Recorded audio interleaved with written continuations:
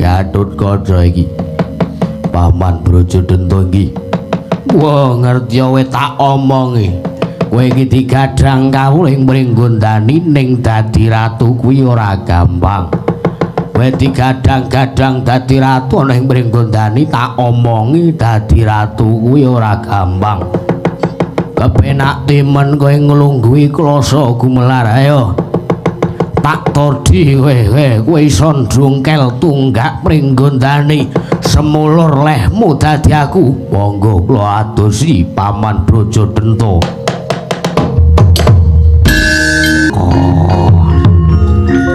Hai,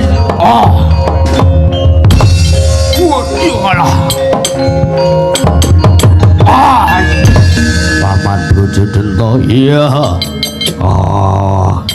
Ayo kowe arep ngopo? Kowe arep kepiye aku wis iso kaya ngene lho diukur raimu ming sak tanganku. Ayo kowe bali ora sah dadi Nalendrana ing mringgondani kula nedya ngruwat panjenengan ruwaten nek iso. Ayo. Hey.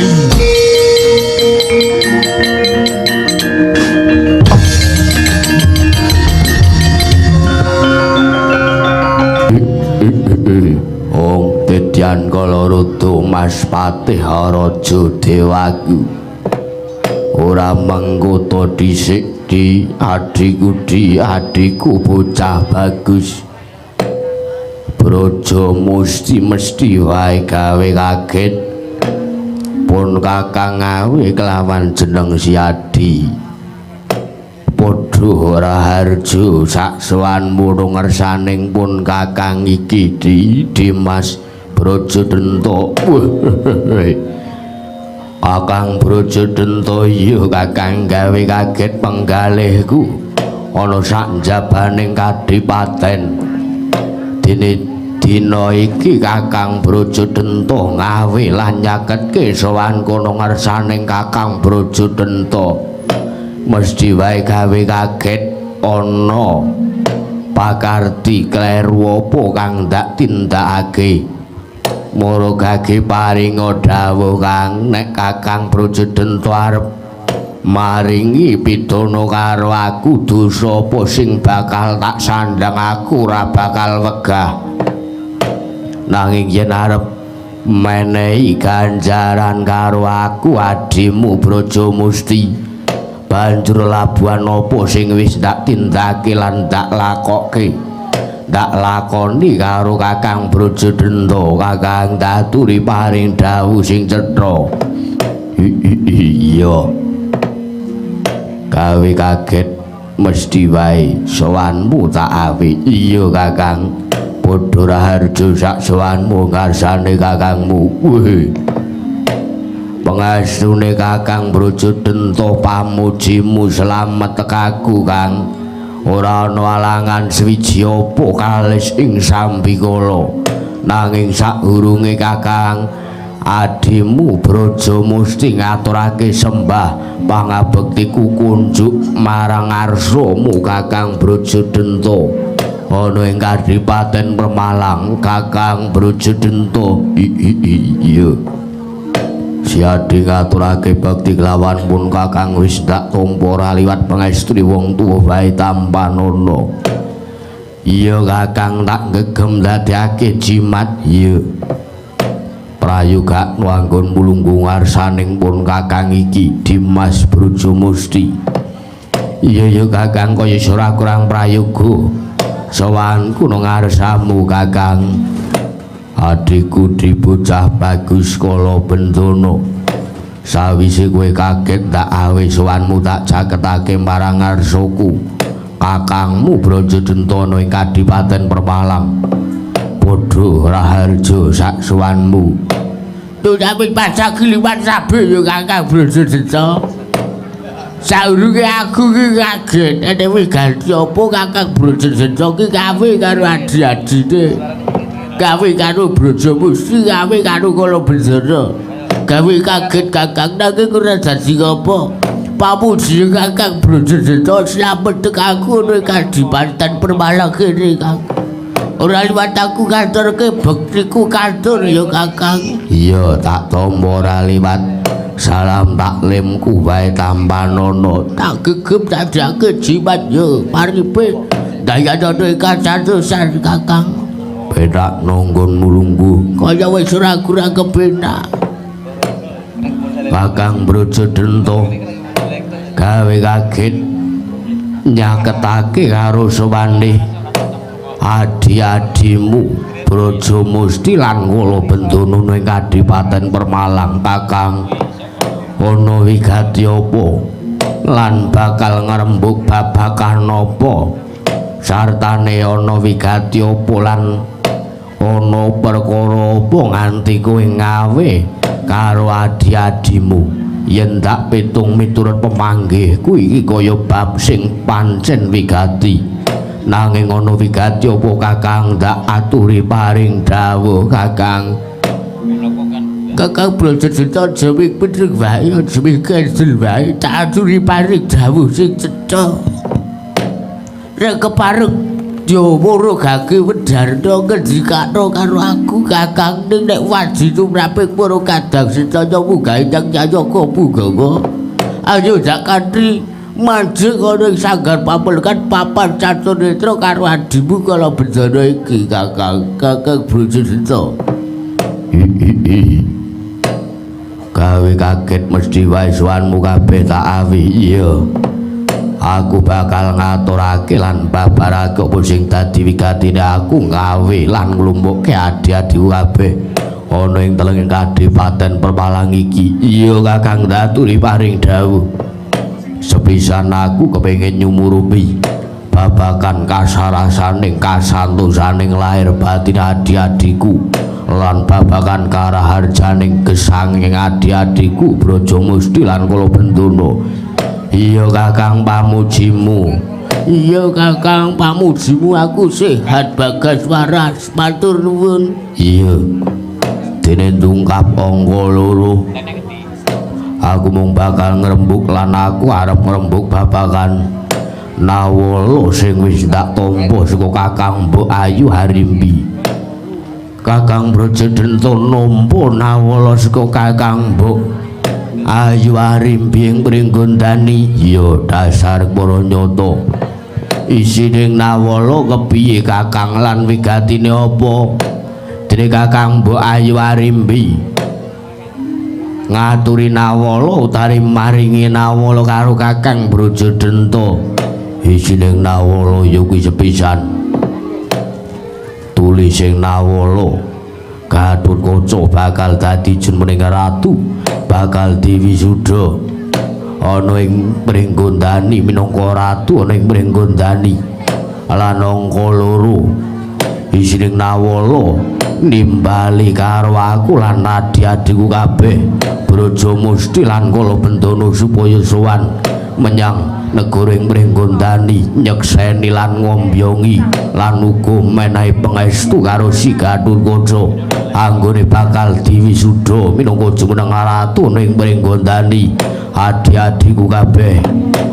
Wilatalah Kakang yen to pancen cetha kaya mangkono ngerti aku ket mau ora bakal wigih ringo-ringo ndang karo Kakang Brajadenta. Wes ora sah nganggo suwe Kang. Mangerti ya Kang Gatotkaca kuwi cedhak turune awake dhewe. Gatotkaca kuwi anake Kakang Mbok Ayu Harimbi. Gatotkaca kuwi anake awake dhewe. Aku kuwi dianggep paman karo Gatotkaca. Ning pancen benere kaya ngono Kang. Mula ora sah suwe-suwe awake dhewe ayo suwan menyang Pringgondani nyekseni lan maringi pangestu Gatotkaca sing bakal diwisuda minangka ratu ana ing Pringgondani. Kakang Brajadenta. Monggo dhisik diglejah kanthi permati lan di taliti tedhak turune Gatotkaca sing saknyatane kuwi saka sapa? Lah saka sapa? Nek miturut Brajadenta Gatotkaca kuwi tedhak turune mungsuh. Kok Kakang Brajadenta iso paring dawuh kaya ngono Kang? Merga Gatotkaca kuwi anake Raden Bratasena utawa Raden Werkudara.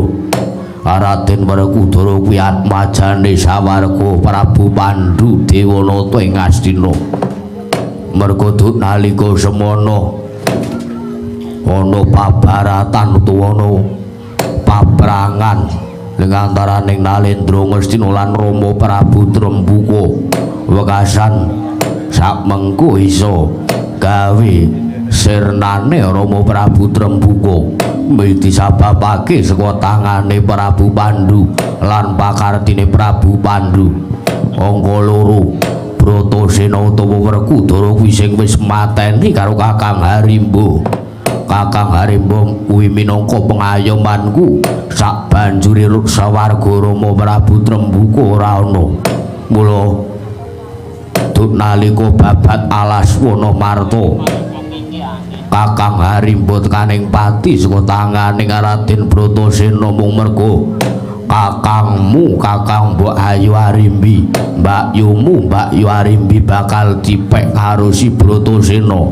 Mula nek miturut Brajadenta awake dhewe ora sah mengestoni lan ora sah nyekseni jumenengan ratu utawa wisudan Nalendra si Gatotkaca ning praja ing Pringgondani.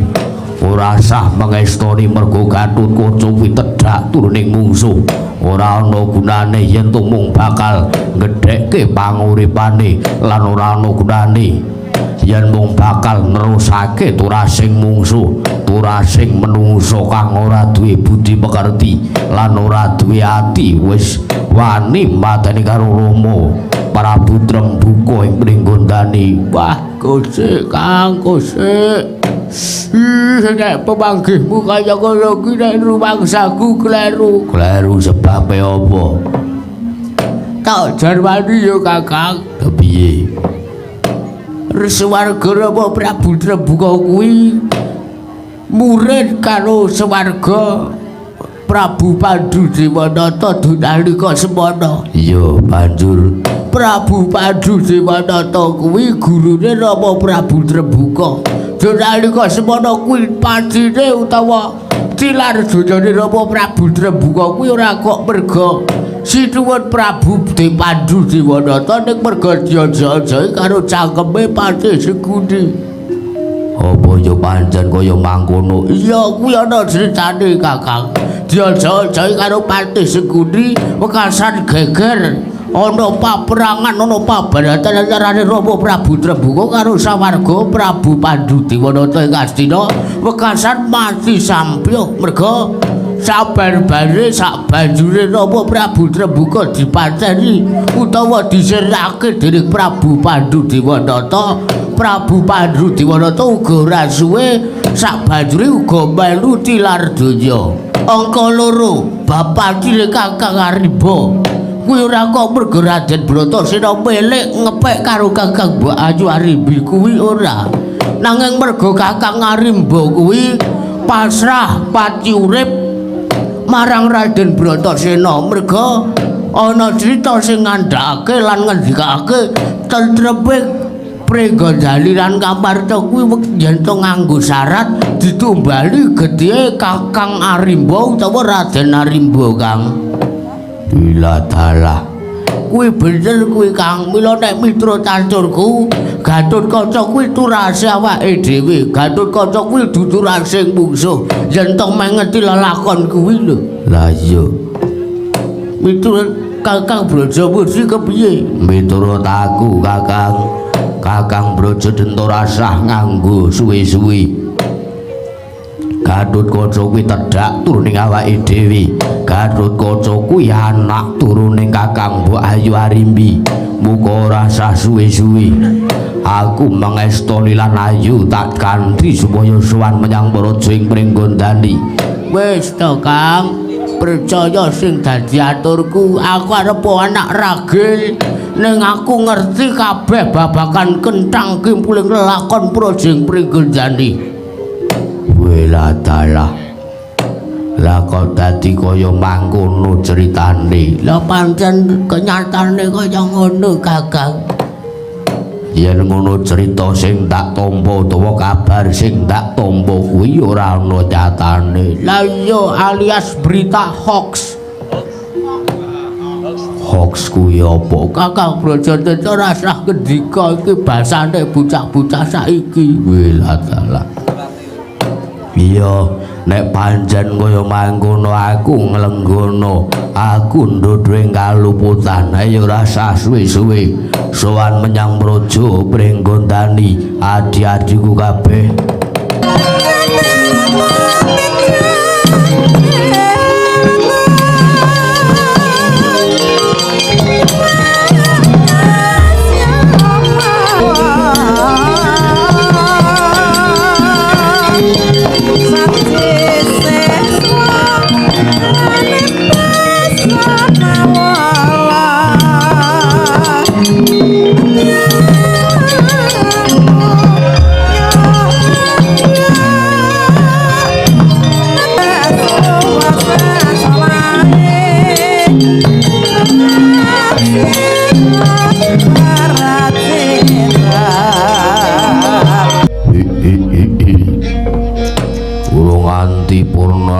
Nganti awake dhewe budal menyang negara ing Pringgondani nyekseni lan maringi pangestu menehi pangestu karo Gatotkaca.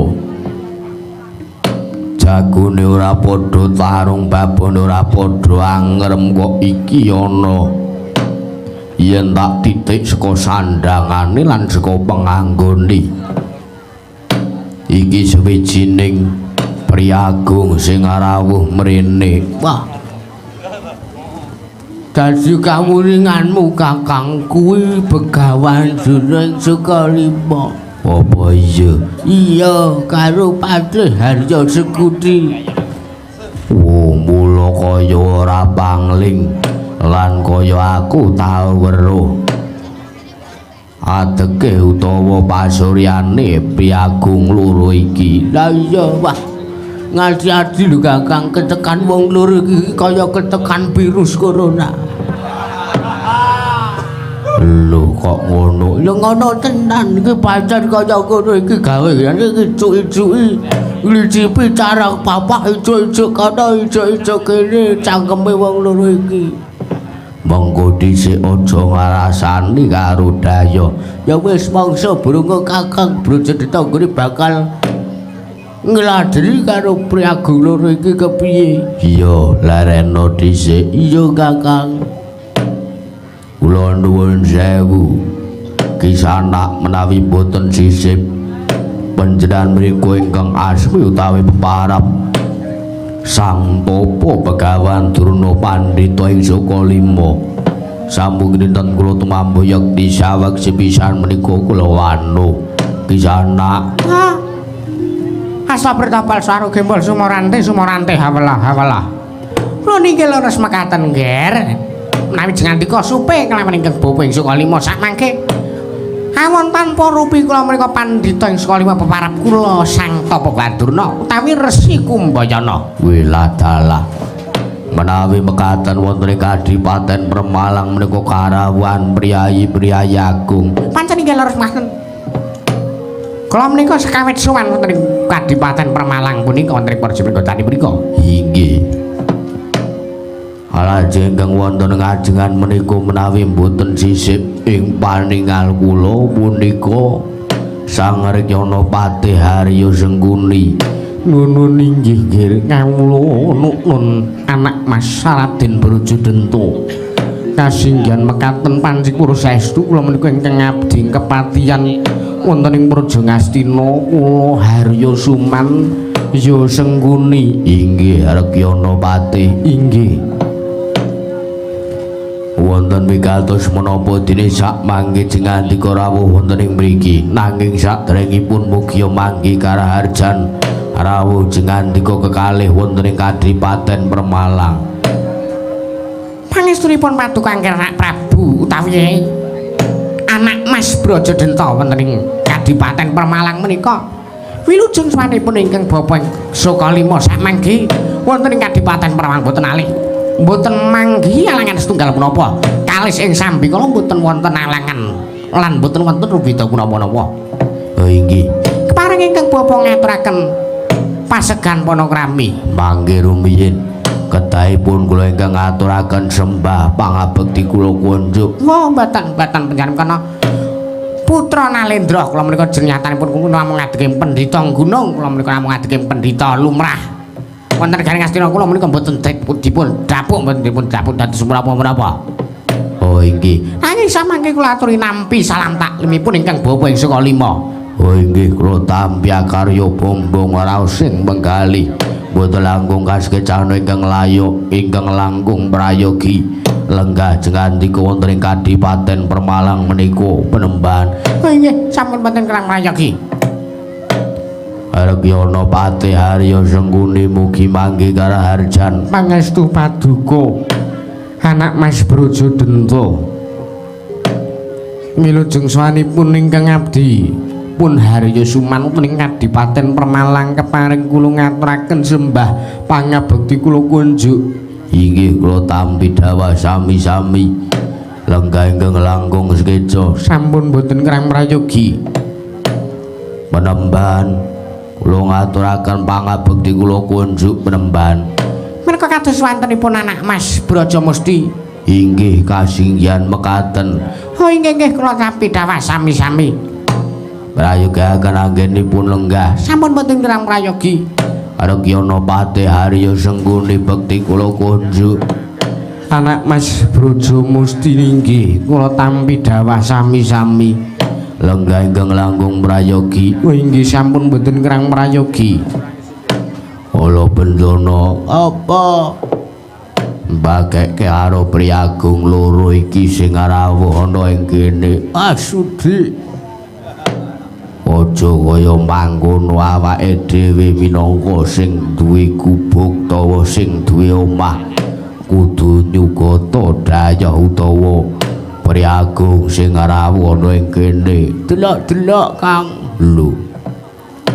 Nek daya ki bakal gawe becik, aku bakal mbageke. Nek kira-kira nek dayae rawuh mrene ki ra nggawa dhuwit sak gepok wis ora sah. Kowe iki aja kaya mangkono, mengko dhisik Kakang. Tak bageke najan kanthi wigih ringa-ringa. Ning uga lahir batin Penemban. Kok iki kaya kala Bendana? Iki Penemban. Wilujeng rawuhipun ya slamet tekan kono ing Kadipaten Permalang. Bekti kula kunjuk ya tak tampa pangestu tampan ana. Nggih. Argyana Patih Harya Sengguni wilujeng. Iya slamet tekan kono ing kene nggih kula Bendana. Ora liwat pangestu tampan ana. Sing ngatur bekti karo sampean kuwi ya sapa? Ana wong ngaturake bekti kok menehi pangestu ki ora wagu, ora lumrah. Wela dalah aja kaya ngono. Tata kramamu ki kudu mbok jaga. Iya Penemban. Kula nuwun sewu Argyana Patih Harya Sengguni bawah Penemban turna ing Sukalima sak mangkin damel kaget penggalipun ingkang abdi pun Brajadenta. Lajeng ngantika rawuh wonten ing mriki wonten wigatos menapa tuwin badhe pirembagan babagan perkawis punapa lajeng ngantika rawuh tedhak wonten ing Kadipaten Permalang menika. Wah samangke menika kados mekaten nggih, samangke kados mekaten. Sepisan sowanipun ingkang Bapa ing saka 5 menika duwi dhateng karaharjan paduka anak Mas Brajadenta wonten ing Kadipaten Permalang. Oh inggih matur sembah nuwun. Den samangke ndungkap angka kalih sowan kula menika mboten dipun nutus dening anak Prabu Duryudana nanging sowan kula menika saking pikajengan kula piyambak bilih samangke kula nampi pawarta ingkang sampun sumebar warata wonten ing saindenging jagat raya punika pawarta ingkang binandhunging karna. Pawarta ingkang bina tambah bakul sinambiwara. Samangke menapa pancen kepara saestu putu kula pun Gatot Kaca ing Pringgondani samangke badhe dipun wisuda minangka Nalendra wonten ing Pringgondani. Oh inggih kula kinampi nawala saking Kakang Mbok Ayu Arimbi supados nyekseni lan caos pangestu dhateng anak kula pun Gatotkaca. Menawi ngaten mboten sisip kalian menapa ingkang sampun kula tampi. Mboten sisip kelawan kabar ingkang sampun kula tampi. Oh inggih kasinggihan mekaten.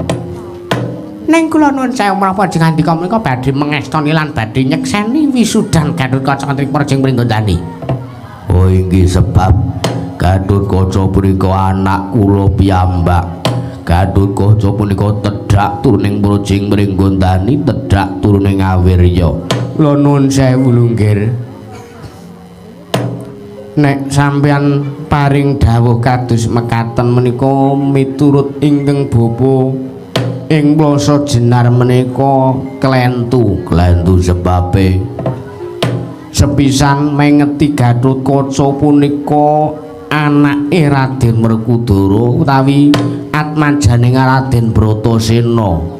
Inggih, Raden Bratasena menika atmajanipun sawarga Prabu Pandhudewanata ing Astina.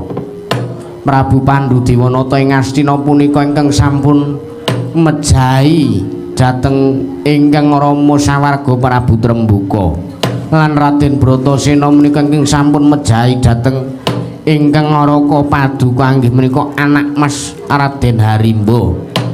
Menawi jengandika badhe mengestoni jumenengan ratu tawi wisudana ratu anak putu kula pun Gatotkaca menika sakmangke menapa mboten aminipun menawi Gatotkaca sampun madeg nalendra menapa mboten aminipun jengandika menika ngokahi turasing mungsuh saya nuwuhake turasing mungsuh wonten ing Praja Pringgondani wekasan mboten sae kedadosanipun mboten namung nayaka lan punggawanipun nanging mangke kawulanipun ugi kasempyok ing ngaradan sabab Raden Gatotkaca punika tedhak turuning mungsuh senes tedhak turuning satriya luhur. Menika pancen laras ingkang dados satripun patih Sengkuni. Kula nuwun sewu samangke dipun glejah kanthi permati, dipun gelar, dipun gelung, dipun petang. Ingkang sampun dados keputusan sampeyan menika. Keputusan kepiye to Kang? Ingkang dados pikajengan ngandika ingkang badhe paring paestu sarta badhe anyekseni jumenengan Ratu Gatotkaca ing Praja Pringgondani. Samangke kula aturi gelar, kula aturi gulung, kula aturi metang. Pundi ingkang sae lan pundi ingkang boten sae. Nanging kula nuwun sewu. Kula sampun mireng crita ingkang saknyatanipun bilih sawarga Rama Prabu Trembuka menika dipun mejahi dening sawarga Prabu Pandhudewanata menika mboten kok memungsuhan nanging dipun ojo-ojoki dening Patih Harya Sengkuni. Modiar kowe. Wis tak critani mau-mau wis kentekan bahan kowe. Ayo arep apa kowe? Menika ingkang ngendika sinten? Adhiku Kala Bendana. Oh, Kala Bendana kowe bayi wingi sore ngerti apa? Ngerti apa-apa wong aku arep bayi kan ya ngerti susu. Lah iya to. Wis to aja waton omong kowe, celemongan senengane. Kala Bendana mrengkon dhisik. Menika kala wau mboten kabar ingkang nyata. Menika kala wau namung kandhek wonten ing pangucap nanging mboten kababar dados kasunyatan. Nyatanipun kados mekaten. Kadite adi kula Kala Bendana menika nadan wujudanipun sarwa kuciwa nanging menika anggadhahi pakarti lan budi pakerti ingkang luhur mboten wantun goro sarta nengenaken tumindak jujur lan nengenaken tumindak prayogi tumindak becik lan ngiwakaken marang tumindak ingkang boten sae. Nanging samangke kula aturi metang, kula aturi glejah. Arimbi menika adine sapa? Anake sapa? Tedhature sapa? Gatotkaca menika anake sapa? Putune sapa? Gatotkaca menika atmajanipun Raden Bratasena utawi Raden Werkudara. Lan Raden Werkudara menika atmajanipun sawarga Prabu Pandhudewanata. Pejahipun Rama Prabu Trembuka menika sakmangke kula sampun matur ing kajeng pejahipun Rama Prabu Trembuka dipun sababaken saking pangojo-ojo lan pangijuk-ijukipun inggih punika Patih Haryo Sengkuni ya Haryo Sumaning Plasa Jenar mila menawi jengandika badhe damel srana sepatus kula wurung anggen kula nyekseni lan anggen kula mangestoni jumenengan Ratu Tawi Sudan Gatotkaca ning Praja Pringgondani jengandika mboten bakal mempan. Waduh. Piye ya ki? Wis ta. Kalau bendana ki ngrepoti wae. Bayi ngisor kam. Apike iki di apike dibuntel bagor cemahe mricot puthuk ndase. Nggo tampul barang-barang. Kowe iki aja sok kaya ngono. Padake apa wae. Wes pancen iki aku ra sing gawe srana ora bakal rampung iki, Adipati. Iya Kakang. Menika napa? Menika ganten utawi ginang. Samangke jengandika kula aturi ndahar wujudipun ganten menika kala wau. Supados samangke jengandika saged mangertosi lelampahan ingkang sak nyatanipun lan saged mangertosi pepadang lan saged mangertosi pepeteng ingkang tumantu wonten ing Praja Pringgondani. Menawi telu mekaten kula nedya nedha wujudipun ponang ganten menika. Monggo kula aturi ndahar, Den.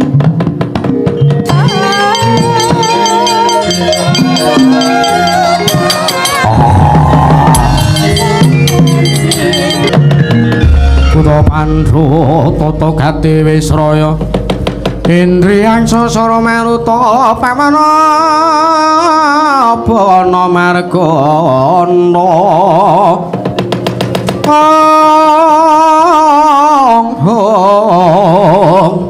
samirana lan warayang wisikan magulingan limo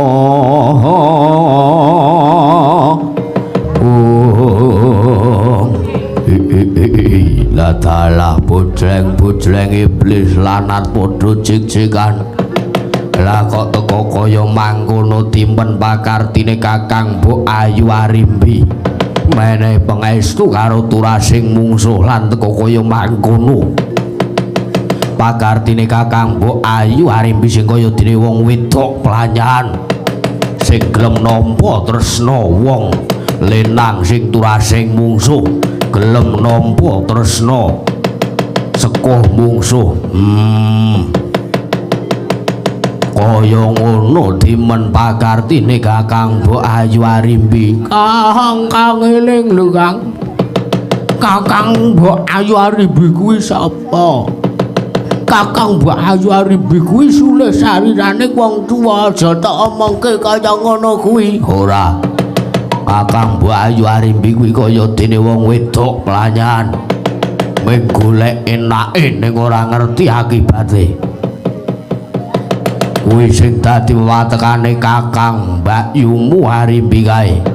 Ora ngerti yen to sing ditresnani, sing ditampa katresnane kuwi turasing mungsuh. Ning eling Kang, awake dhewe iki mung manut karo Kakang Mbok Ayu Arimbi. Bayi wingi sore mejang karo wong gerang. Ngerti apa kowe babakan Pringgondani? Sekti jero langit tuaku waskita aku tinimbang kowe. Ning mbok yo eling hae ora bakal ngubri sing dadi cangkemmu. Ndak pestheke dina iki seksenana. Aku Balela Braja Denta Balela tak ulungake dampar Pringgondani yen wis glumlundung sirahe Raden Braja Denta.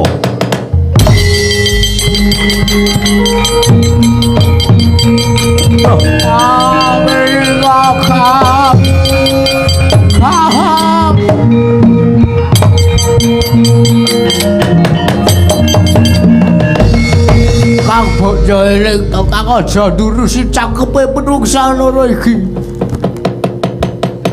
Wis ta wis ora sah kaya ngono kuwi to Kakang, ayo to. Gatotkaca ki anake dhewe, Gatotkaca ki tedhak turune awake dhewe. Nek awake dhewe ra mengestuni karo Gatotkaca gone bakal diwisuda distel cepun awake dhewe Kang. Wis ora ngubris cangkemmu. Intine sok sapa kae wae sing mepalangi karepane Braja Denta anggone Balela lan ora mengestuni Gatotkaca. jumenengan ratu utawa Dewi Suda ning Praja Pringgondani daturi minggat wae saka praja utawa saka Kadipaten Permalang ning aku ngelekke sepisan meneh ya Kang aku wis ngelekke ket mau nek ana apa-apa Kakang Mbok Ayu Arimbi duka karo Kakang Brajadenta Braja Musti lan Kala Bendana ora melu Kang mangke menawi kawontenipun menika sampun kados maten jengandika anak Mas Brajadenta mboten sah kewatos kajengipun lha nggih kajengipun gunane apa Enti Adi ora mengestoni sing dadi karepe kakangne Enti Adi ora manut karo kakangne oh kalau wong ilang-ilangan ndok siji ora manut bapak ndase dielekke ra kena disurati wae inggih panjen mekaten oh nggih samangke mboten sakwatos samangke kula ingkang nedya ngrangket dateng pun Kala Bendana mengko mlegi samangke mboten wurunga Kala Bendana dipun ditokil playune mboten wurunga samangke namung mlayu teng Praja Pringgondani matur kalih Gusti Ayu Arimbi lha nggih kasinggihan mekaten saderengipun kula ngaturaken matur sembah ingkang tanpa pamit oh nggih pun nek pun jagake Kurawa niku pun santai pun madange pun kecukupan Kakang Durungi ngomong apa ngomong kaya ngene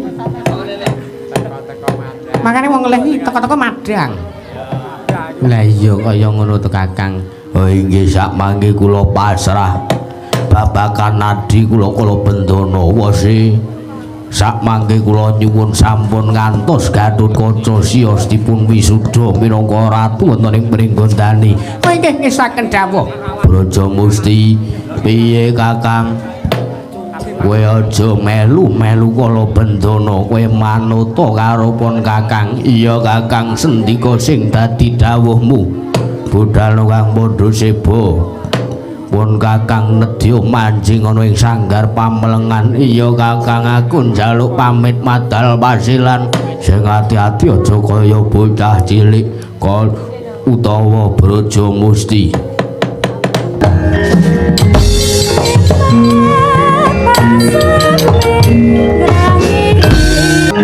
Hei guys Alon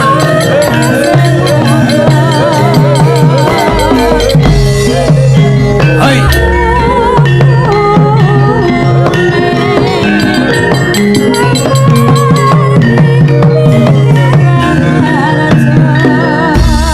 Alon Bang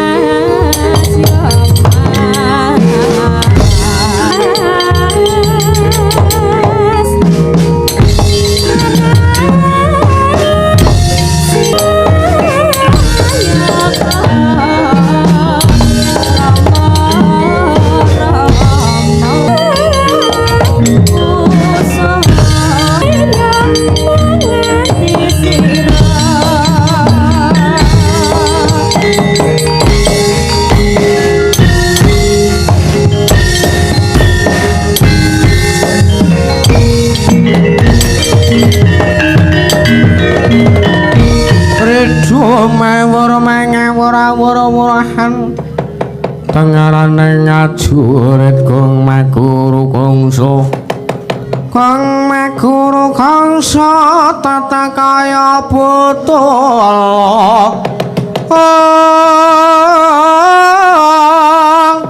wara panjriting turangga esti para kata ingkang Tojo layu sepit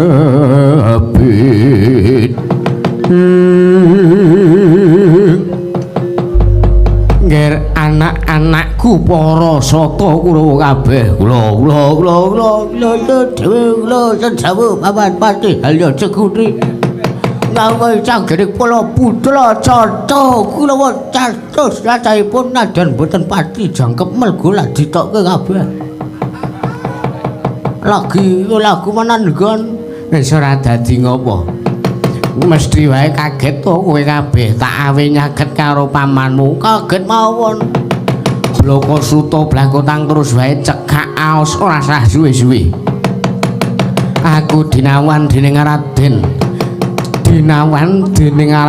Brajadenta supaya angaraget karo Sikala Bendana sing dina sak mengko wis mbalelo lan ora nyarujuki sing dadi penemune Raden Brajadenta. Lajeng paringipun gandeng Kala Bendana dina iki mlayu menyang Praja Pringgondani. Mula gage tututana aja nganti Kala Bendana matur sing ora-ora ana ing Praja Pringgondani merga Raden Brajadenta ora nyarujuki lan ora mengestoni anggone Gatotkaca jumenengan ratu lan diwisuda dadi nalendraning negara ing Pringgondani. Siap ngetaken dawuh. Kula siap memblantas Kala Bendana. Ya wis kana gage mangkat to. Kula nuwun sewu man. Piye kala anu Dursasana kepiye? Kon ngerangket Kala Bendana niku tangeh kelakone cepak kurunge. Kowe kok ujug-ujug njur kowe ngomong kaya ngono. Sebab Kala Bendana niku najan wujude sarwa kuciwa ring nika niku digdaya sekti kalintang jayaning perang. Njur kowe apa wedi? Wedi. Kula milih dadi dala mawon mun. Guyu sikosan andring kota wis mboten masalah. Pun bangane lara kabeh awak kula wis. Kowe ora gelem maju ora apa-apa sing penting liyane do gelem maju. Cagah kula cagah. Kula ki cagah paman. Lho Surtayu saguh. Kartomarma kula ki sagah paman. Lho Kartomarma saguh. Satama kula ki sagah paman. Satama kabeh lan liyane wis saguh kok kowe ora saguh iki bocah-bocah sing kepiye, Dur? Waduh. Mengko ndak disurati iki nek ora mangkat. Kempun kula sendika dawuh nyuwun pamit ning mengko dhisik budalna tengaraning para wadyabala saka negara Ngastina utamane para Sata Kurawa nonton ngestaken dawuh. Satama wonten paring dawuh. Nembang tengaraning buling para wadyabala nonton ngestaken dawuh kepareng nyuwun pamit madal wasilan. Sing ati-ati aja kaya bocah cilik. Satama kepareng matur marang ngersane Paman Patih Harya Sengkuni. Sampun rampik anggen kula gelar baris. Mara gage budalna dina iki nonton ngestaken dawuh. Ngaglah bergagah dapurmu kentang-kentang saka kono tak sawang keparat amuk srumrata jemrata imbang yen padha-padha Kala Bendana iki pancen iya ora pangil iki kaya karsa marba. Yo dasar Kuranyata ayo aku wis ngerti kowe bakal mlayu menyang negara Pringgondani matur sing bab ora prayoga karo Dewi Arimbi rak yo ngono piye? Pancen iya wis tak diasi kaya ngono. Pas.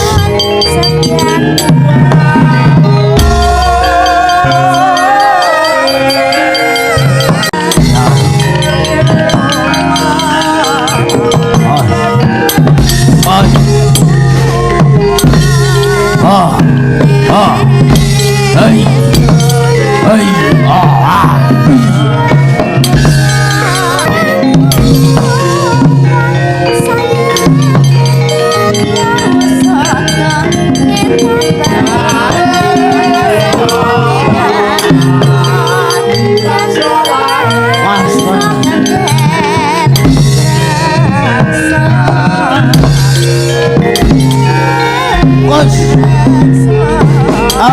Ay, Allah, waduh Allah.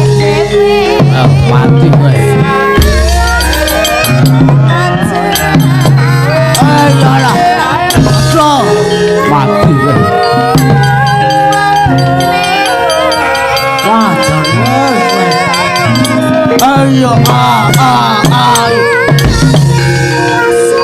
Ora bakal menang musuh kula wong barat.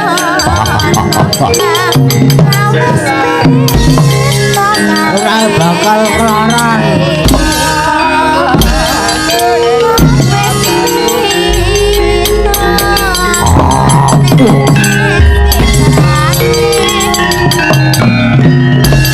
Barat. Jawa Melayu.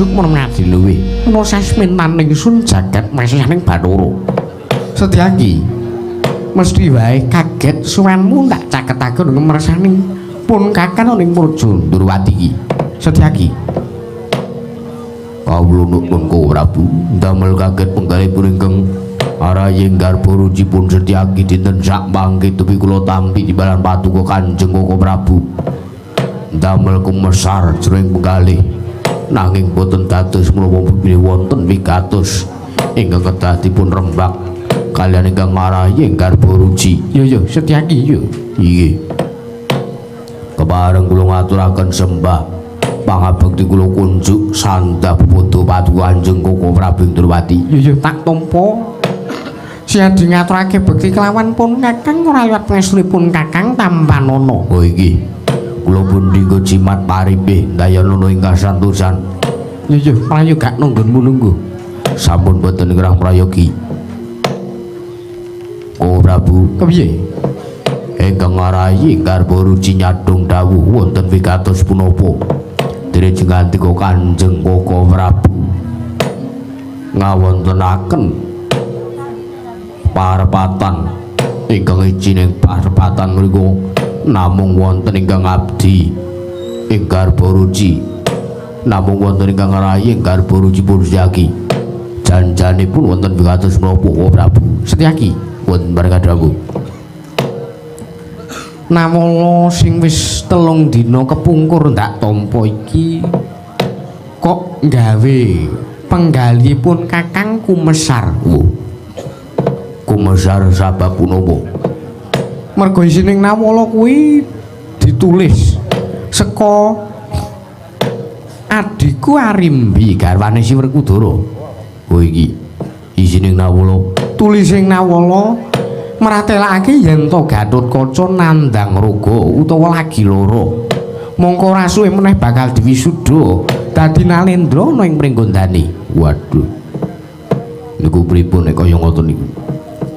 Tukoke susu jahe iki aja nglecer iki rembug wigati kok kowe nglecer kaya ngono kowe clemongan kaya ngono oh iki mecah swasana mongko pun kakang ki mikir Gatotkaca ki iso madeg Nalendra yen to tanpa pun kakang sing sowan utawa sing teka utawa sing prapta sing nyekseni Gatotkaca jumeneng ratu ning Projing Pringgondani lajeng paringipun gandeng isining nawala pun kakang ditimbali supaya maringi usada utawa menehi sehat Bagas Waras karo si Gatotkaca marugagi derekna pun kakang sowan menyang negara ing Pringgondani Setyaki pun kakang lumayang ana ing angkasa siat dituturi lakuning pun kakang ayang-ayange pun kakang derekna Yayi monggo kula ndherekaken Jengkar Paduka yo ayo rasa suwe-suwe budhal kang Praja ing Pringgondani inggih Prabu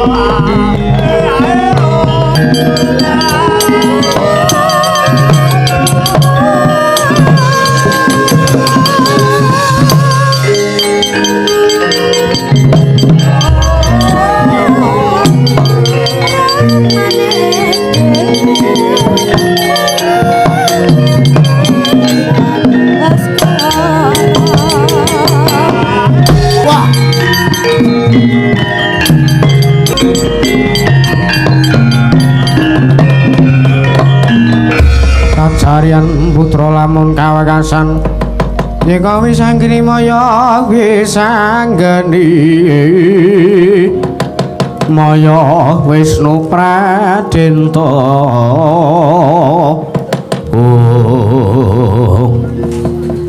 Kakang kula bendoro mlajar enten opo? wah jadi Raden Setyaki aku dibujuk-bujuk karo Cathagurawa Sababipun mergo aku mlayu bakal menyang Projing Pringgondani. Wila dalah dibujung sebabe Aku lancuk laporan karo Kakang Bu Ayu Arimbi menyang karo Kakang Brajadrita menyang Kakang Bu Ayu Arimbi. Mergo dina samengko ki Kakang Brajadrita balela. lho Balela ora pangestuni ora menehi pangestu lan ora bakal nyekseni anggone Gatotkaca Jumeneng dadi ratu diwisuda dadi ratu ning praja Pringgodani. Malah saja Kakang Brajadeta subar. Dapan negara Pringgodani bakal diwenehke waton wis gumludhug sirahe Kakang Brajadeta. Welah dalah. Nek kaya ngono kahanan iki Setyaki sing ora trima. Lah jur kowe ngene kene iki ngapa? Nderekke Koko Prabu sowan menyang Praja Pringgodani. Wah, jan wis diuyak-uyak Kurawa. iya diuyak-uyak Kurawa. Wis saban sing wigati mlajar kemawon teng negari Pringgodani. Tuturi lampahipun Koko Prabu sampun ngantos kawang ora dening para sata Kurawa. Iya Raden Setyaki matur nuwun. Kurawing kula tandangi.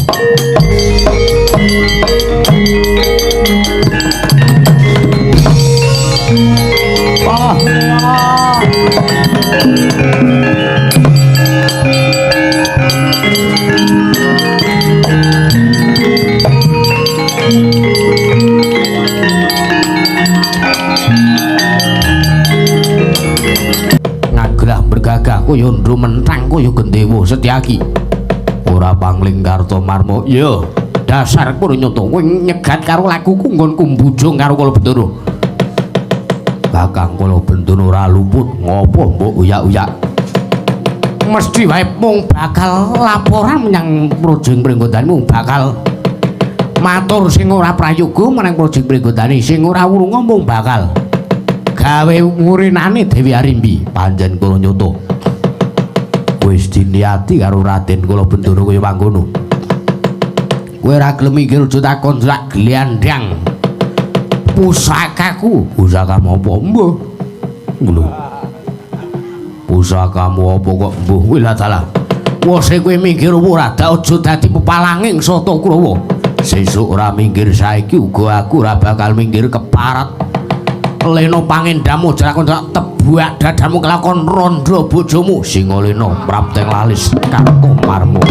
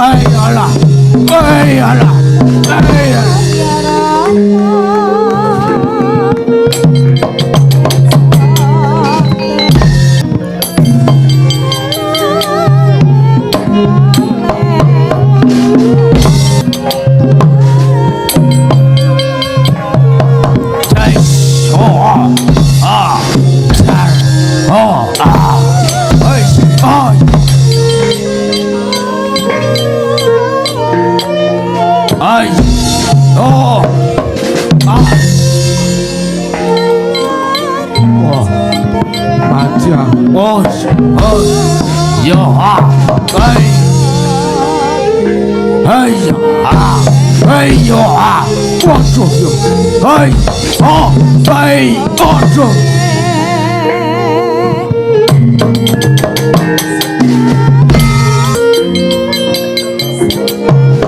hey hey ha hey dos oh ah waduh halah hai cantian siramu oh hai hai hai ya ayo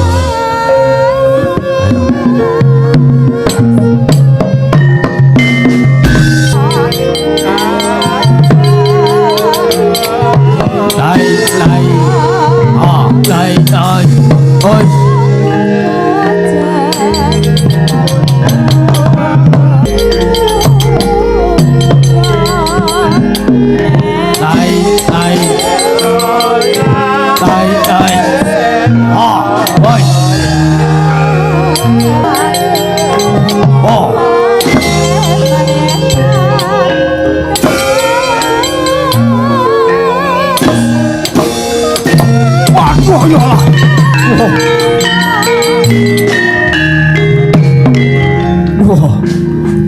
Salah.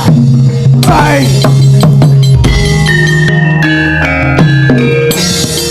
Setyaki mepalangi karepe Soto Kurawa. Ayo. Apa apamu Soto anak jaran? Hus. Mepalangi karepe Soto Kurawa. Wis ngantem ora sah suwe-suwe mati dibana. Ha. Ha. No. Yo.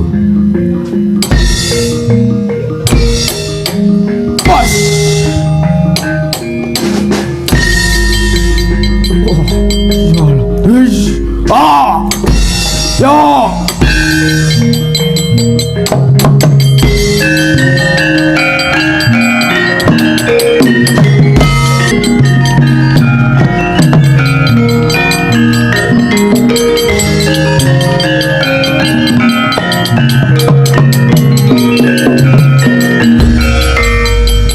Wah. Pejah lho, Man. Surtayu mundur. Kala wau sing maju Kartomarma ning delalah tudinge pedhot. Iki senengane ngrusak nggone wong liya ora. Senengane kaya ngono kuwi ora oleh. Angsal mawon. Munggah didandani dandanana dhewe mbon. Kowe mungsuh kala bendana kok kalah to, ha? Senes kala bendana kula pinanggih kalih Setyaki. Lho. Kok Setyaki neng kono, Mbok? Mbok piye to? Mboten mangertos. Mbok bilih ngeterke Mega.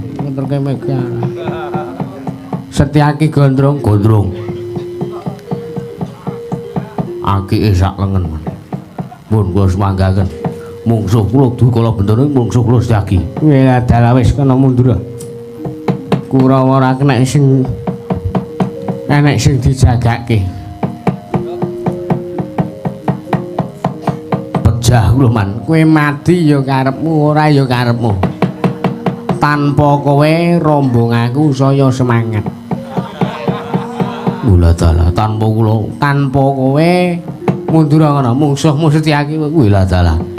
Keparat Setyaki mepalangi karepe Soto Kurawa. Wis kana mundur nggih.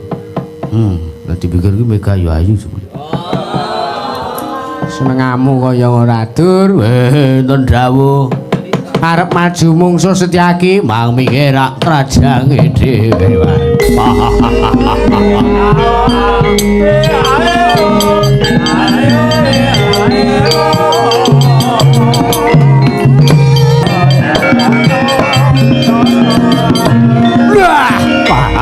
Iki menungsane halo babu halo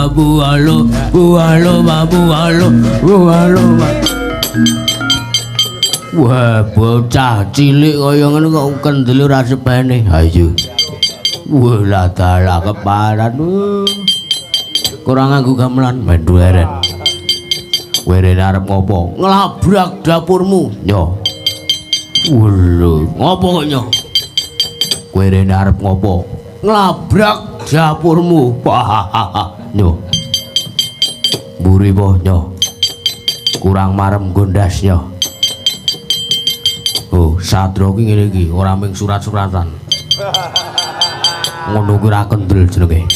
Parane langsung diasdes tungkak cangkeme sikut ndase plek. Gejo cangkeme. Wah, ngeri kowe sadis kowe sadis. Sadis wae. Mantan apa? Mbuh. Wis kowe rene wigatimu ngopo ge apa perlune gek mulih. Wah, aja to kowe kira. Senengamu kaya ngene adoh-adoh ora. Lah iya mula kuwi. Wah ya. Ayo ngantem kowe. Jendoi jen. Jandon wae. Jandon kena nganggo musik ya kena. Musik apa? Dangdut. Hus. Ora kena ngono. Wah, wis kena. Wis senengane kok ora. Satria ki ngene iki sing peng-pengan ki ngene iki nyo. Nggon sirah nyo. Oh, nggon dodo. Wedi marep mungkur nyo. Sing kendel bae kaya aku ngene iki. Bangane juga kono joget tak kena tendiang pisan mudara isin. Wah. Iya ya. Lah iya. Wah, wirang bebarang aku malah. Lah iya. Ya, apa dikira aku ra iso ngembari kekendelanmu? Yo, arep opo nyo? Ngendada apa nyo? Mburi apa nyo? Nyo ngene iki sing kendel kaya aku nyo. Iya nyo.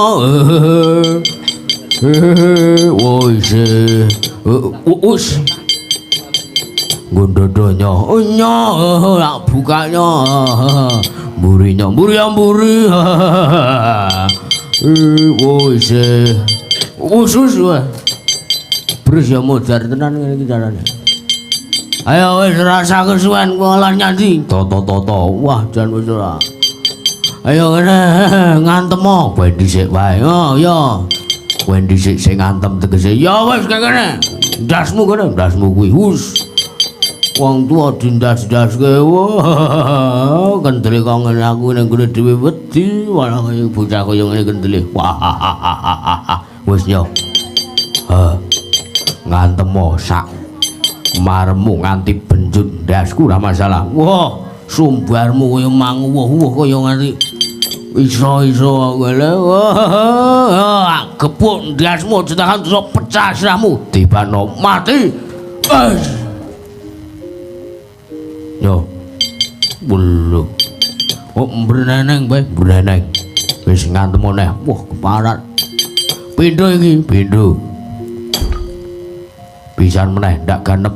Wah, bocah ki. Arep diapusi ora kena. Wis karo ngantem mati kowe. Gentenan. Wes ora iso gentenan ngono kowe. Lah nek mengene iki ora enek sing menang, ora enek sing kalah. Wah, jenenge perang gagal kok. Kowe piye to? Oh, ora enek sing menang, ya ora enek sing kalah. Oh, wis kare. Ya. Wah, alon-alon. Waduh. Toto siap. Tak omongi. Iki tanganku wingi bar tak nggo ngantem ndas wedhus pecah dadi 9. Cangkeme kurang ngedeg-degi aku meng ngomong wes ngono kuwi ngedonke mungsuh. Pecah dadi 9 ora pecah tenan malah modar kowe. Wis ditoto. Wis rasa omongan. Yo semelah kuwi ndonga barang. Wong ki ngopo-ngopo kudu semelah sik men apik ngono kuwi. Wah las cangkeman cangkemmu kuwi. Wah kesuwen ora. Yo ngampet-ambekan. Wis toto. Wah, bajigur kesuwen ora. Gak ora ngantem-ngantem kesuwen ora cangkeman wae ora. Halo babu. Waduh yo. Isih kurang pindho. Ya weh. Wah. Yo. Wah, gendenan gue loro telu siji loro telu siji loro telu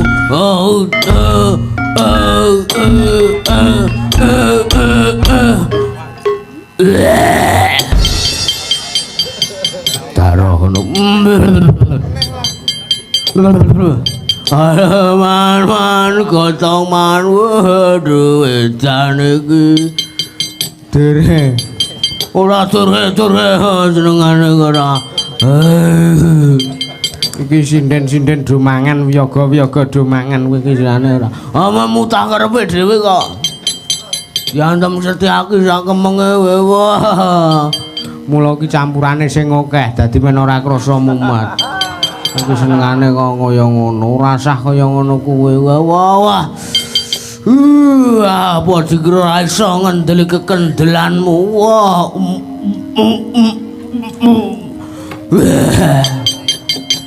Wis kene tak gotong Wah, gotong maneh iki wis ora kena dandane kahanane kaya ngene. Wah.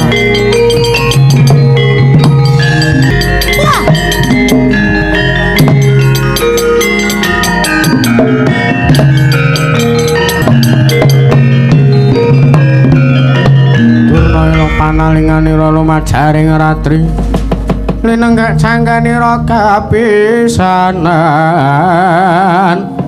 aning perang Bratayuda.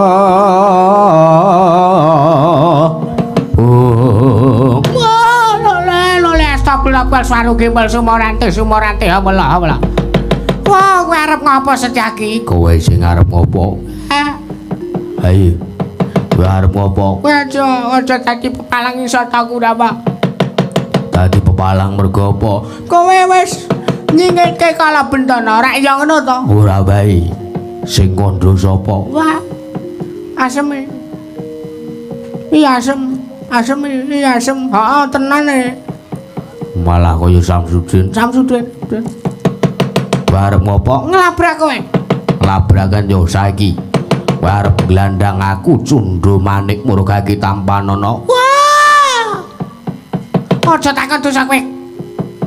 Kowe ngopo? Wah, kentekan akal aku. Ora sah kaya ngono wis prayoga wae. Kowe nek arep rene nglabrak karo aku, ayo izin do izin. Perang ning kene gelut. Wah, dalah. Lole kowe gelem minggir apa ora? Sis ora minggir, saiki ora minggir. Endi kala Bendana? Eneng endi kala Bendana? Yo Tampanana dhewe kala Bendana.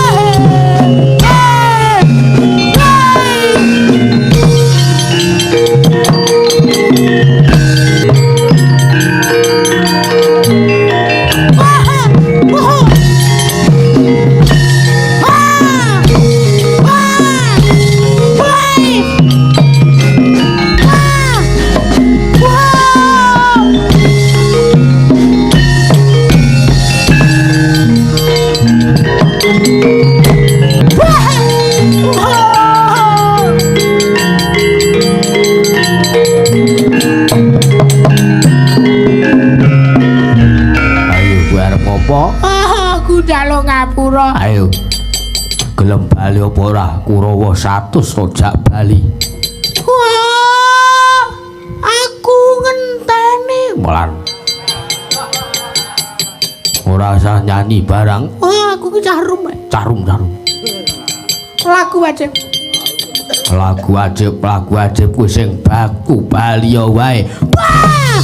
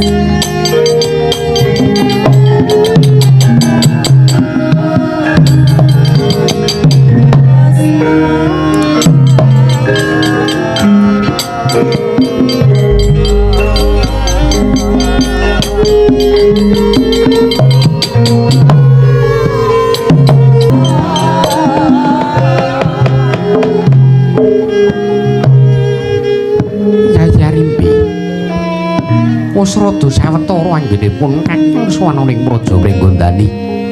Kok katon sungkawa pasuryane Siyadi. Aduh, Koko Prabu, kula ngendah kados pundi. Nyumurupi kawonanipun anak kula pun Gatotkaca ingkang kados mekaten. Bilasana. Samangke kula nyuwun nikuh pertikel babakan anak kula pun Gatotkaca ingkang nandhang raga kados mekaten. Mongko mboten enggal husada Koko Prabu, kula nyuwun nikuh pertikel. Ya mengisaku aku mung iso njurung pamuji marang ngersaning Gusti, marang ngersaning Hyang Manasa. Muga-muga Gatotkaca enggalo pinaringan sehat bagas waras. Semono uga aku Yaya Rimbi.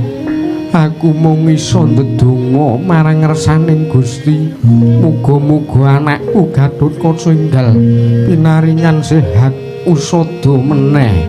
Yaya Rimbi. Wah, Resna kakangku, nganti teh tangisku, nggonku nangisi karo Gatotkaca. Monggo ora suwe meneh Gatotkaca bakal diwisuda minangka Nalendrana ing negara Pringgondani. Iki kudu kepiye Kresna? Wah, Koko Prabu, kok kedah kados pundi? Yo. Aja kanthi tawang-tawang tangis kaya mangkene. Ora bakal iso rampung perkarane yen to kanthi tawang-tawang tangis kaya mangkene. Pun Kakang nedya matur kawan Siyadi. Monggo kula sumanggaaken Koko Prabu.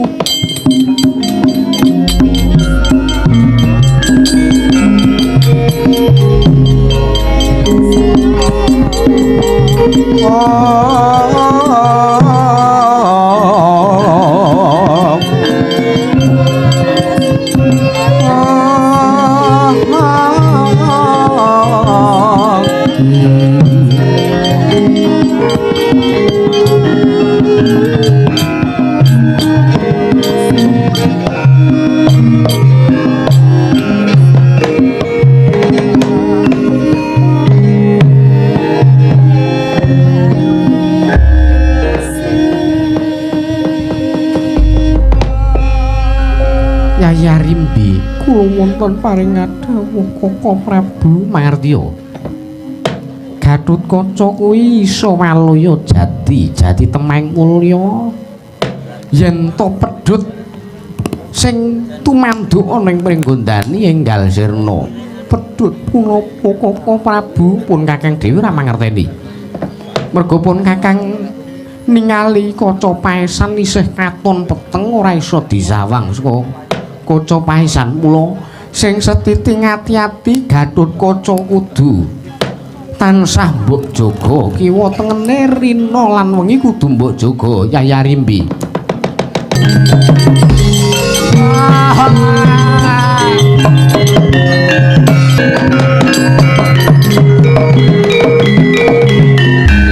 Sang gancing langit kelap-kelap katon lir genjang alis risang mawe kandrung sabaran kadula wukir moyak ayek saki ing dias balewur kala bendana napa mlayu-mlayu bah keciwasan Kakang Mbok Kakang Brajadenta balela ora bakal mengestoni karo si Gatotkaca lho Gusti. Gusti Kakang Mbok iki kok Gatotkaca nglumbrul tanpa daya. Kala bendana apa mangerti Gatotkaca nandhang ruga mongko sedhela meneh bakal diwisuda minangka Nalendrana ing Pringgondani. Mbak Yumu wae bingung kudu kepiye. Wah, Gatut anakku kan. Oh.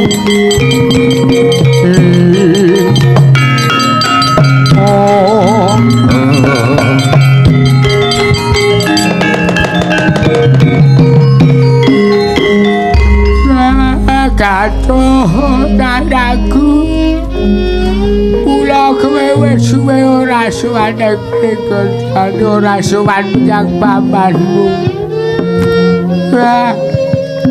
moko ora suwe meneh sedaya meneh kowe bakal diwisuda dadi nalendra ning mriku Jaditun Atut pun kakang mung melu donga kakang Ayu Aribi opo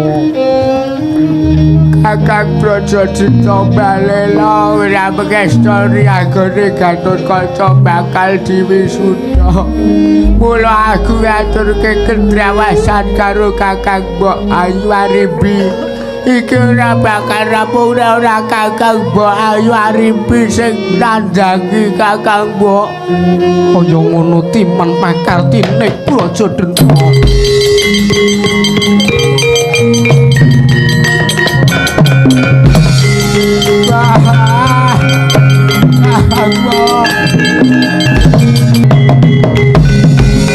Perkudara piye kowe iki piye to ana bojone mlayu kaya ngono kok garwa kuwi sigarane nyawa lho Siadi garwa kuwi sigarane nyawa sigarane nyawa Siadi kuwi ya Arimbi ben lho nek Arimbi mengko ora ana sing kelangan sapa hara iki udu perkaraku iki perkarane Arimbi karo wong Mringgondani wah aku gah melu-melu ndak dikromong ngakai turas Mringgondani sing dadi nalendra Gatotkaca anakku oh ya wis Den piye Kakang Semar kula nuwun sewu kula badhe matur ya rada nyangket maju kene jenengan menika tedhak turune Ngawirya jenengan menika satriya peng-pengan saka kiwa saka tengen jenengan niku mesti jenengan sabeti kabeh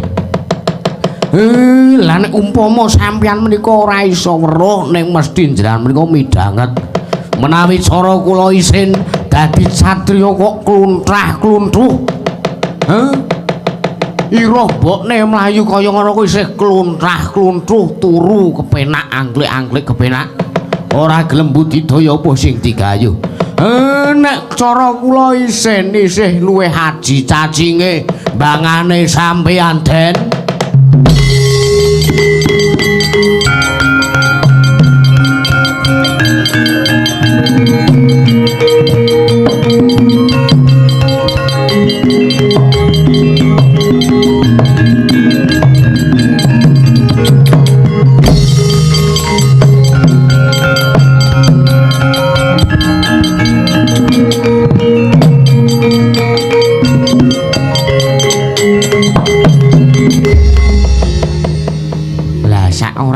nek Arimbi ora pok belani Gatotkaca iki to belani wong mergo kuwi iki anakmu wah Gatotkaca wae mengko nek apa-apa dipol sing tak salahke kok nyalahke kula niku mung memotivasi supaya enggal entuk berkah enggal entuk apa sing digayuh ya wis ayo kae diawat-awati Gatotkaca nggih kula dherekaken Den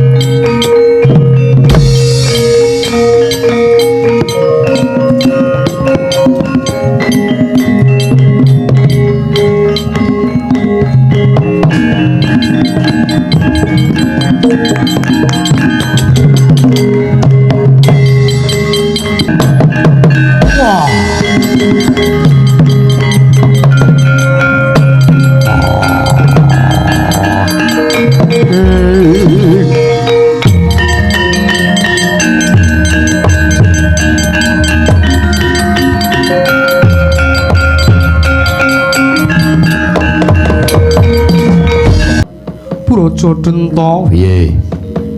Wala dalang apa kowe mrepeke karo aku? Kowe gelem emut Prawaduk Senapa Rahayu. Mumpung aku isih gelem ngelekke karo kowe. Ora bakalan. Gatotkaca kuwi tedhak turuning mungsuh merga sawarga Prabu Pandhu mbahne Gatotkaca sing wis mejahi Rama Prabu Trembuka. Nanging ora kaya ngono carane, Nggir. Kowe kok duwe watekan kang kaya ngono. Kesusupan iblis ngendi kowe? Lambu mbok menawa ngisor pring kono mau. Ora celemungan kowe tak jak omong. Gatotkaca kuwi diwisuda minangka ratu kuwi udu karepe Arimbi. Ning karepe kawula sak pringgondani. Kanthi pawadon apa wae aku ora bakal iso narimake yen to Gatotkaca madheg Nalendra ana ing pringgondani. Nek kowe wani karo Gatotkaca ora sah nandingi Gatotkaca ning tandingan nombok ning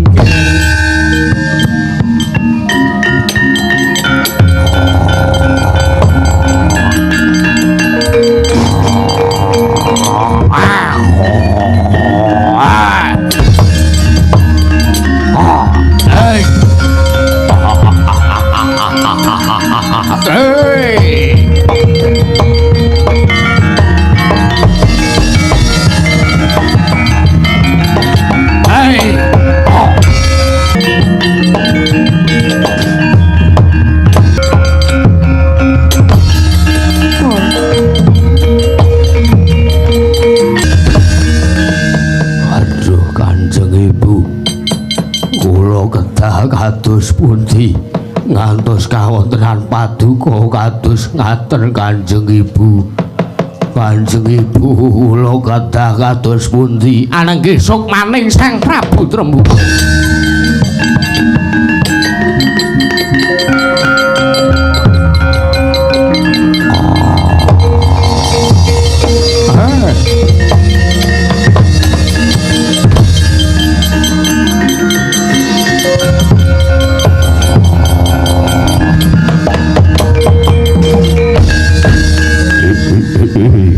Titian kala rudya Mas Patih Raja Dewagu. Ger putuku Gatotkaca iki wis ditiwancine Brajadenta Brajamusti kudu nyajiwa karo aku ya. Tak amping-ampingi lan kowe minangka srana manunggaling anakku sak kloron manunggal nyawiji marang aku. Ora waten pringgondani Nger putuku Gatotkaca.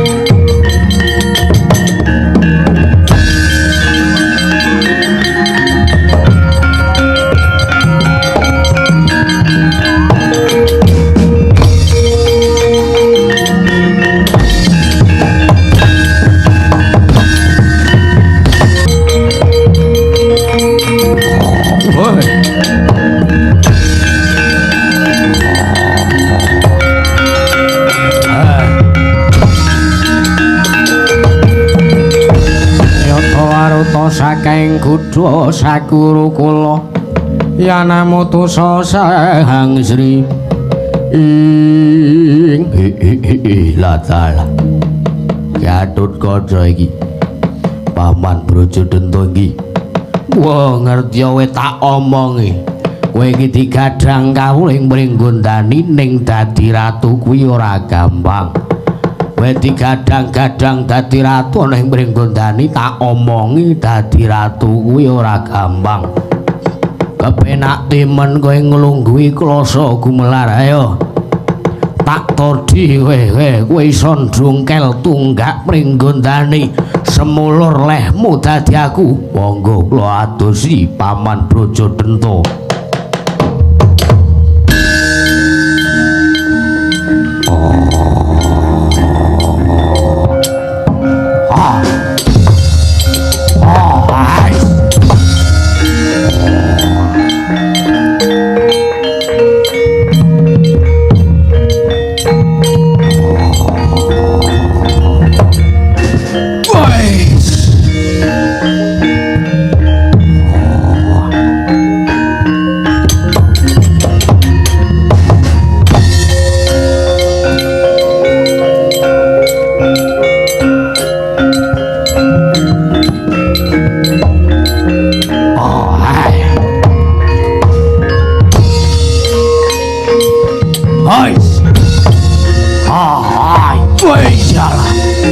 ayolah.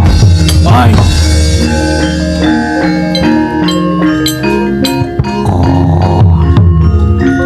Ay. Iyalah.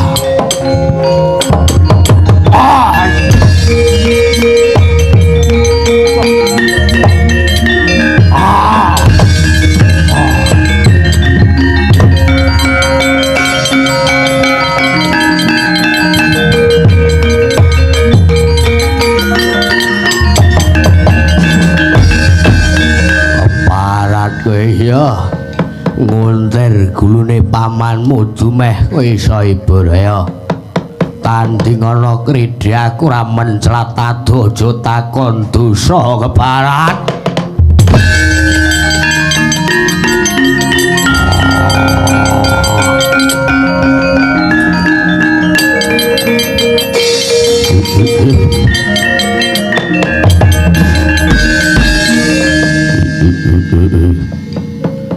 Gatut kaca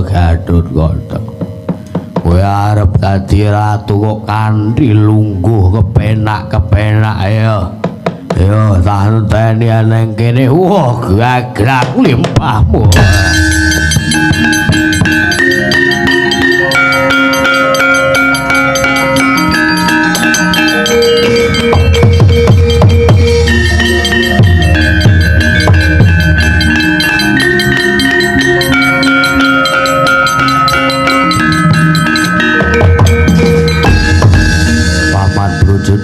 iya ayo kowe arep ngopo kowe arep kepiyen aku wis iso kaya ngene lho diukur raimu ming sak tanganku ayo kowe bali ora sah dadi Nalendrana ing Pringgondani kula nedya ngruwat panjenengan ruwaten nek iso ayo hey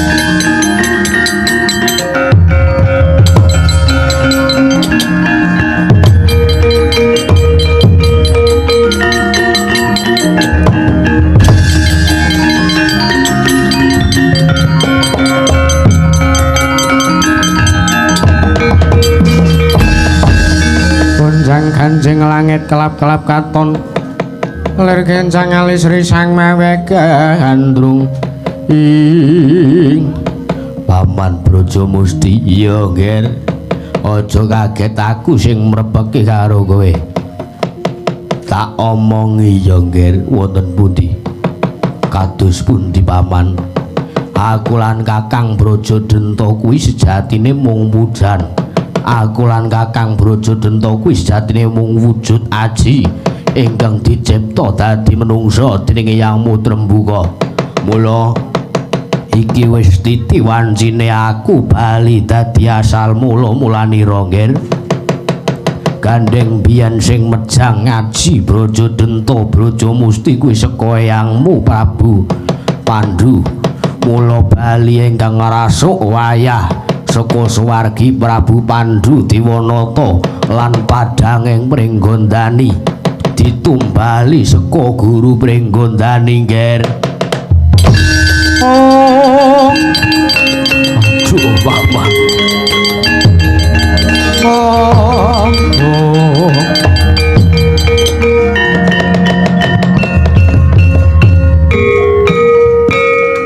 Boten Paman, boten saged menawi kedah mekaten kula mboten saged. Kula menika purun dados Nalendra wonten ing Pringgondani nanging ingkang ngrangkani pepunden-pepunden kula ing Permalang. kula boten lila menawi anggen kula mukti hancik bathange pupunden. Ora, Ger. Pancen wis dadi kodrating pepesten yen aku kelawan Kakang Brajadenta kudu bali miyang mula-mulane. Aku tak manjing menyang empek-epekmu sampurnane Kakang Brajadenta yen pok grayang nganggo epek-epekmu. Dudu Gatotkaca ingkang ngrajut kamurkane Brajadenta, nanging batin aku ingkang nyampurnake Kakang Brajadenta, Ger. Kocap kacarita saya alit Sang Brajamusti nganti sak mrica binubut gedene ilang kakedepaken dening Sang Raden Gatotkaca manjing ing epek-epek iring kiwa sigra jumangkah Sang Kaca Negara nyampurnaken lampah.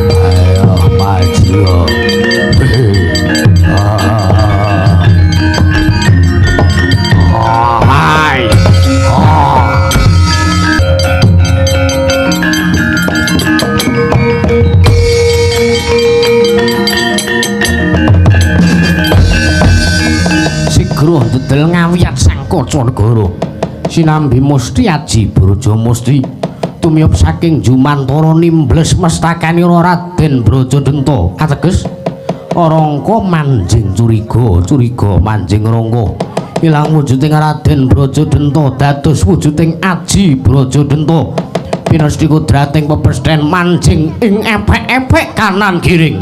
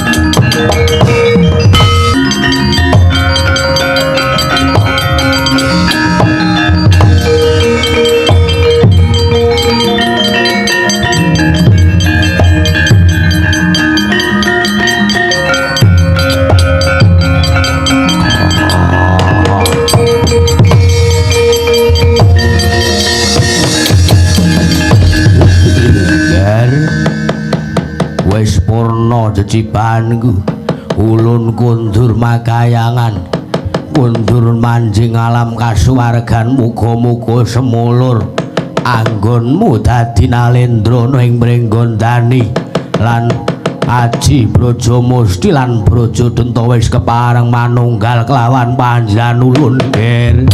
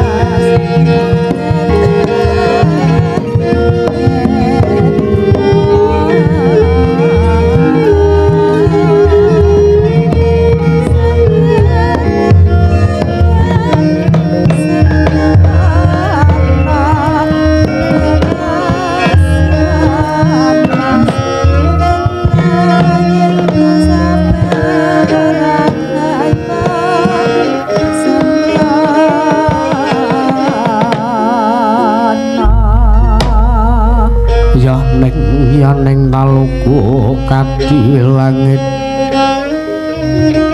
mangambang tepas layan upamaneka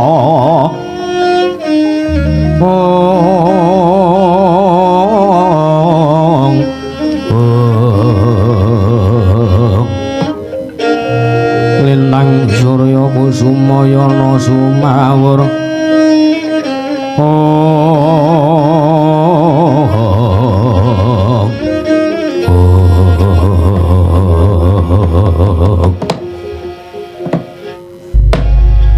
Yaya Rimbi wonten paringat dawuh Koko Prabu Wiladala wis purna sing dadi cicipane Braja Denta lan Braja Musti inggih pangestu paduka iya marata gage ora sah suwe-suwe seksenana jagat saisine dina sak mengko Gatotkaca nedya pun Kakang Winisuda Yayi gonjang ganjing langit kelap-kelap katon ler genjang alis risang maweh gandrung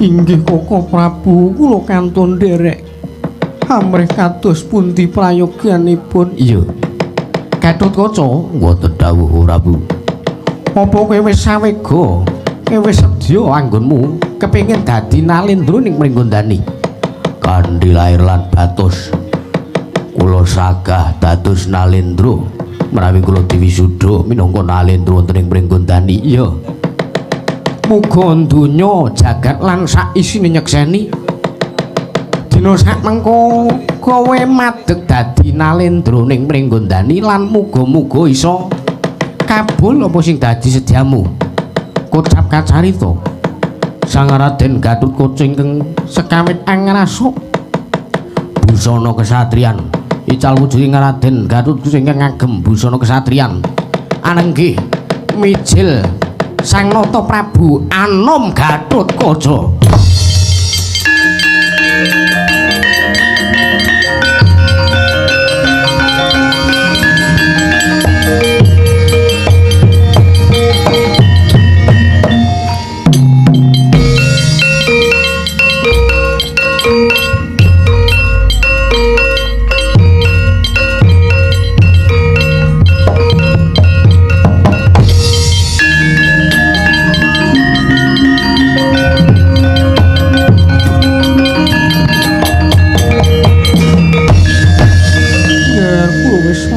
Nalendra ning Pringgondani Kanjeng Ibu inggih wah Gatotkaca kowe wis dadi Nalendra ning Pringgondani semulur anggonmu ngayomi para kawulamu aja ngleceh aja gampang nesu nek di wenehi omongan apa wae saka kawulamu inggih Kanjeng Rama matur sembah nuwun Po Prabu iya aku mung njurung pamuji muga-muga anggonmu dadi Nalendra iki iso semulur iso ngayomi kawulamu tekan kapan besok wae Gatotkaca wonten dawuh Prabu Kuntadewa pun mung iso mangayu bagya lan iso mung iso ndonga muga-muga sing dadi sedyane Siadi iso kelakon lan Siadi iso semulur nggone Siadi ngayomi para kawula sak Pringgondani